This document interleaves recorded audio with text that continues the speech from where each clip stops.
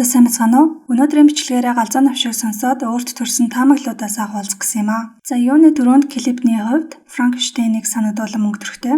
Мангасын ам орох гарны хөдөлгөөн бас биеийн хэсэг хэсгээрээ том оюуталтай байдаг шүү дээ. За Франкенштейн дээр үхтлийг ам оруулдаг хүчин зүйл гэвэл цахилгаангүйдэл. Клипний эхэнд цайзны хамгийн дээд давхарт цахилгаангүйдэл үзэгдэнэ. Тэгэхээр хамгийн дээд давхарт үйл явдал өрнөж байгаа бол та. За эхлэл хэсэг. Яг энэ хэсгээс нэг сонирхолтой зүйл болсон. Та нарын төлөө түнээс салчих уу? Энэ үгийг хальт сонссон хүнд бол янжин ламын төлөө эхнэрээсээ салчих уу гэж байна гэж бодно тийм ээ. Гэхдээ энэ үгэнд хоёр хоолой сонсогдно. Нэг нь мэдээж Rocket Bee-ийн хоолой, харин нөгөөх нь ард нь давхардаж сонсогдож байгаа нэг тийм хүн бүсийн хоолой. Яг саяын сонссон учир битүүлэг хоолой хэдэн секундын дараа дахиад нэг үгэн дээр орж ирнэ. За тэгэнгүүт нь энэ хоёр мөрийг нийлүүлээд өгүүлбэр болгох ёстой юм болов уу гэж бодлоо. Тэгэхээр та нарын төлөө түүнээс салчих уу гэсэн энэ үг нь баяраахын бодол биш, энэ хар талын бодол юм шиг байна. Эхнэртэйгээ дуулсан дуун дээр чинийхээ дэргэд өөрийнхөө доторх чөтгөрөөдөд ялагдахгүй гэж хэлдэг дээ. Яг тэрэн шиг эсрэгээр нь бодвол эхнэр нь байхгүй бол харин ч ялагдчих гээд байгаа зү дээ.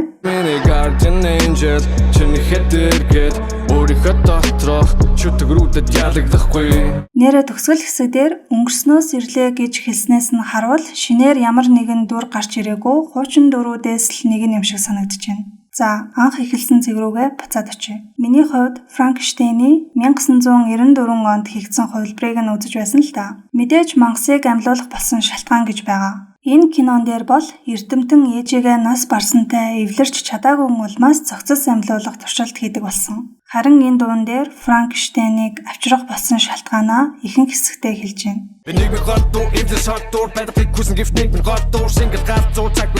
Тэгвэл хуучин дөрүүдээс хэнийг нь аваад ирвэ? Миний хувьд Пунцаг гэж бодож байна. Дуун дээр нь ч тэр онц дүмд дээрч өгчгсөн дүрлэлтэй. Танайд хэтэрхий зэвсэг байна шимэн. Галзуу новш гэд дуундаа өгсөн нэрнээс нь бодоход галзуу гэж өөрийгөө тодорхойлдог дүр гэвэл Пунцаг л байгаад байна. Чи яг юу хүсэж байгаа юм бэ? Цус. Маш их цус. Төмөр ханхалсан шинэхэн цус. Юу яриад байгаа юм бэ? Чи галзуурсан юм уу? Биш өнөх сони юм л хөө. Би угаасаа галзуу байсан шүү.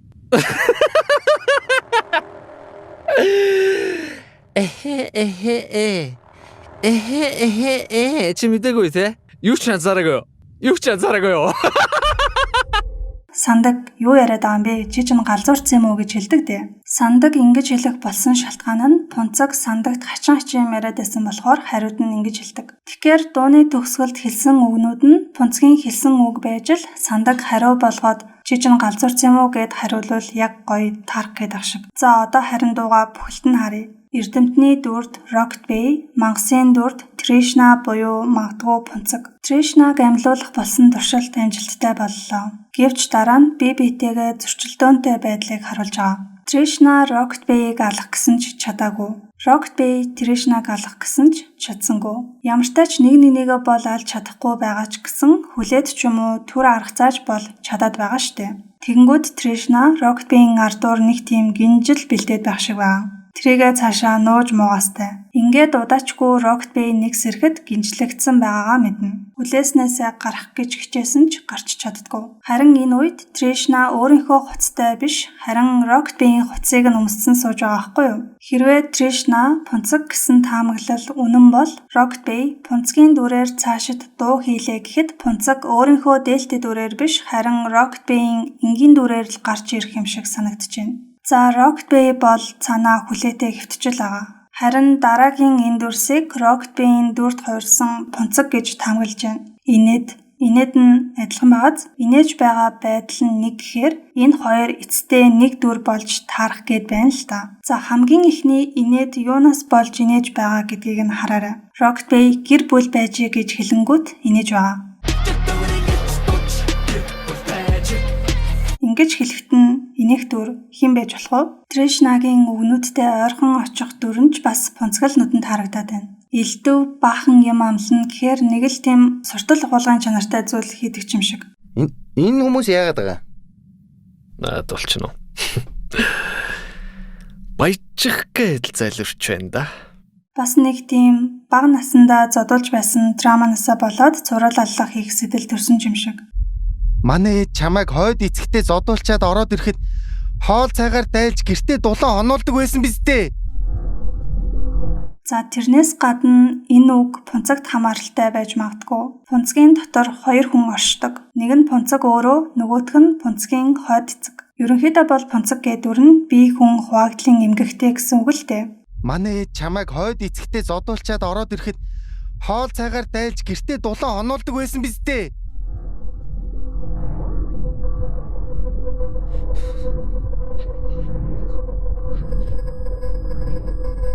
Наадах чинь чамайг мунхруулах гэдэг золбсаг минь.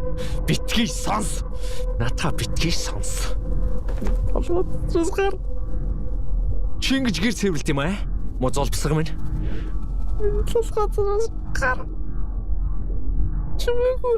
Чимээгүй. Би чамайг одоо шийтгнэ. Засано. Чич манай пунцгийн найз нь баха. Тришнагийн хэсэг дээр талин доох дүрсийг ашиглаад хоёр хувилж, хоёр болгож харуулад байдаг. Үгэлдэг хэсэг дээр нь ч гэсэн ард нь Rocketбийн хоолой давхарлагдаж, хоёр хоолой явдаг.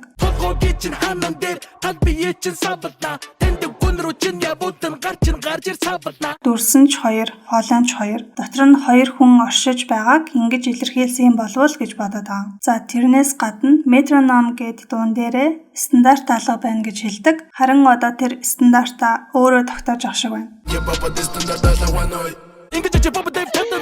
Rocketбийн дуун дээр гардаг шалны альчуурыг Trishna шизофрен гэд дуун дээрээ аваад ирдэг.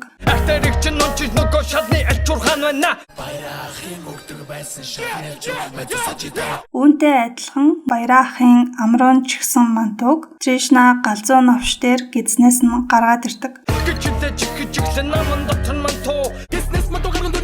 За Rocketбийн хэсгээс ярилцъя. Стример хүмүүст зориулсан үг байна. Стрим хийхэд дэлгэцийн баруун талын цонхон дээр үзэгчид эможи энтер үлдээдэг штэ. Энэ хэсэг бол эхнэртэй зориулсан үг байх. Өмнө нь эхнэр нь хүүхдээ унтуулж байх хооронд блавгаг хийчихсэн байсан да. Харин энэ удаад эхнэртэй алж өгнө гэж хэлээд гарсан бололтой. Энэ харин тоглолтондоо зориулсан үг байна. Тоглолт хийх өдрөө тайзан дээрээс өнөөдөр галзуур нь 30 мянгуулаа гэж хэлэх гээд оруулж ирсэн үг бололтой. За ямар муужгааны талаар ярьж байгааг мэдж байгаа зү тэ? Миний муужгаа. За цаашаа явцгаая. Ста гэдэг нь соёлын тэргүүний ажилтан цол тэмдгийг хэлж байгаа. Үүнээс гадна ямар нэгэн одон медалаар шагнуулах үед ингэртэн зөөж өгөх энэ үйлдэлийг ингрэ милах буюу ингрэ цооллоо хэмээн ярьдаг. Тэгэхээр одон медалаар ингрэ цоолох шаардлага байхгүй л гэж байна. За төгсгөлд нь 7 гол гээд нэг хиллэг гараад ирлээ. 7 голтой гэвэл ам бүхтэй гэсэн утгатай. Жишээлбэл малыг муулах буюу гаргахдаа голыг нь таслана гэж ярьдаг. Тэгэхээр гол ам 2 нэг утгатай болоод байна. Ингээд төгсгөлийн хэдэн мөрнүүд нь 40 хүрсэн ч өөрийнхөө салбартаа бүдгэрч алга болохгүйгээр ам бүхтэй байж л байна гэсэн утгаар ойлгосон.